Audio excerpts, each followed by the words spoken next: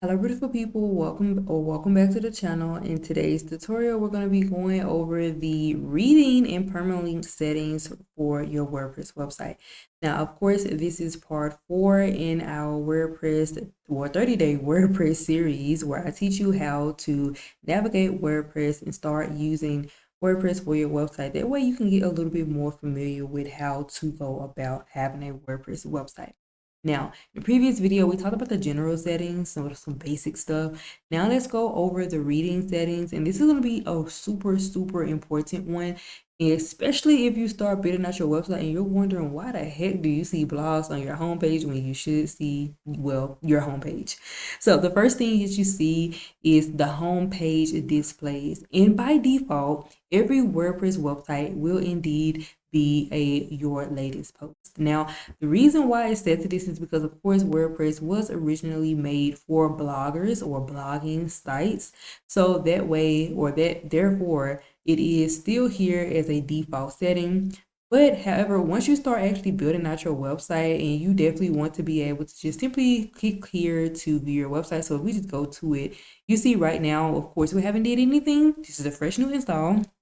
However, you will notice that right now it says the blog page is where we're at right now, and it has this first little demo blog right here, which we don't want to see this. If you're starting to build out your website and you click to view your website so you can see it, and you see the blog, you're going to be wondering like, what the heck is going on? Where is my homepage?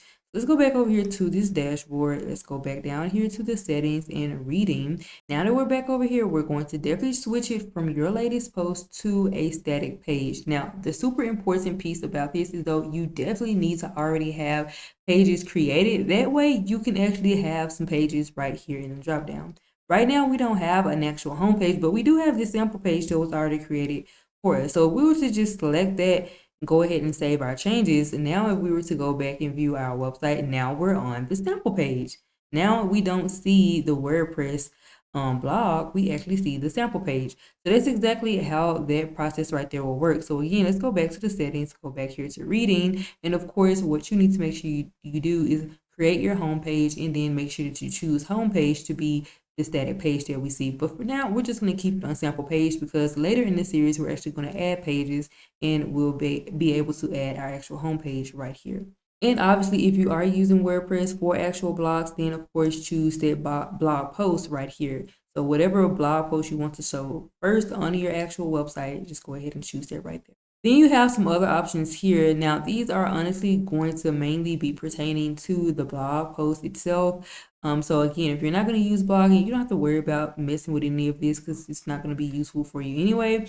However, if you are using the blogs, then you definitely need to make sure that you pay attention to these settings. So right here, the step one says blog pages show at most. So this is going to be the setting that once you are in here creating your website and pulling all these blogging widgets in, how many of these blog pages do you want to show at most, right? And right now, by default, it's set to 10 posts, but you can go up or down on here, totally up to you.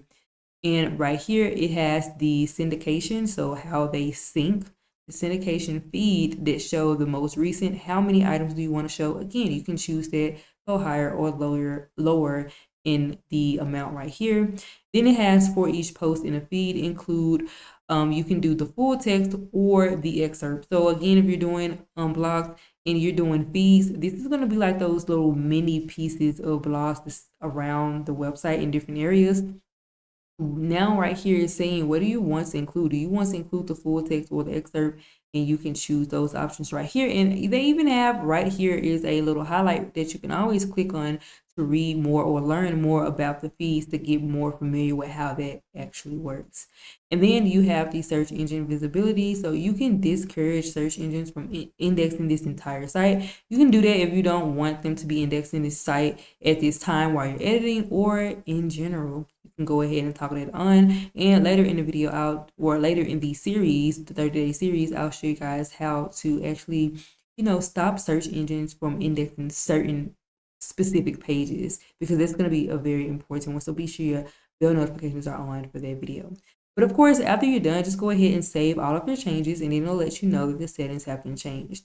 Now, the next important one that I want to include in this one, because it's also kind of very important, is going to be the permalink. So I'm going to click right here to the permalinks, and right here, by default, is already going to be on post name in most cases nowadays. However, I have had some installations with WordPress through other areas that did have the permalink structure set to plain. Now, before we even dig deeper on which setting you should choose, you need to understand what a permalink is. Now, as AI Google or the AI Google overview gave me, because I actually suck at giving explanations of stuff that I actually know, but I just suck at explaining them. So we're going to use AI's overview description of what that is. And they say that a WordPress permalink, right, is a stable, user-friendly URL structure used for posts, pages, and categories on your site. So unlike temporary URLs, these are designed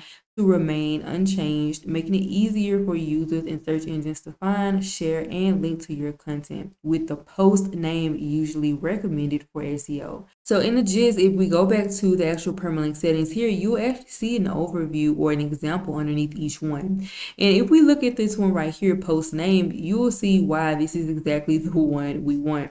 As you see, it starts off with your actual WordPress. So this right here, or not your actual WordPress, your actual website URL, you will see that this is what we have. And then after that, it has this slug / sample post. Now, this is just for example purposes, sample post. However, if you actually start having posts like shop or about or contact, that's essentially what this little piece right here will be for. And as you see, this is legible to humans. This is something that we're all used to seeing on websites. Unlike if you pay attention to this one right here where it says plain, you see it has our website's domain name and everything. But then the slugs or the slash says something about a question mark, the letter P, equal signs 1, 2, 3. And then if you look at the day and time one, you see again, we have our website, but we have the day and the time in here for some reason. And then it gets to the point saying the sample post, or in any other case about contact, whatever. You see how these are not necessarily legible, or they're just completely unnecessary for us to be reading as we're trying to navigate a person's website.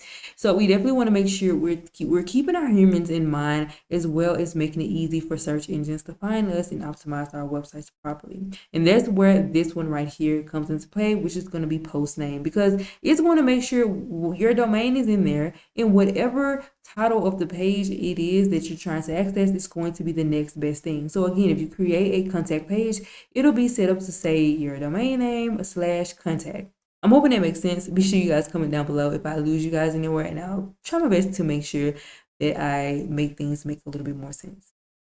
And if we scroll down, you do have some other options. And honestly, once you start adding other functionalities like an e-commerce functionality on your website, which we'll be talking about in a future video in the series, then you will have some other optional fields right here that you can always come back to. But again, by default, WordPress will make sure that they make things make sense, but you do have these options here. So just be sure that once you come in here to the permalink, that you do make sure it's on post name, and you go ahead and save the changes. And of course, it'll update you up here that those changes have been made. Now, in the next video, I do want to go over the difference between posts and pages, because you guys might not understand that, and I get that. So I definitely want to make sure I go over that. So be sure your bell notifications are turned on, because that pretty much wraps up this video.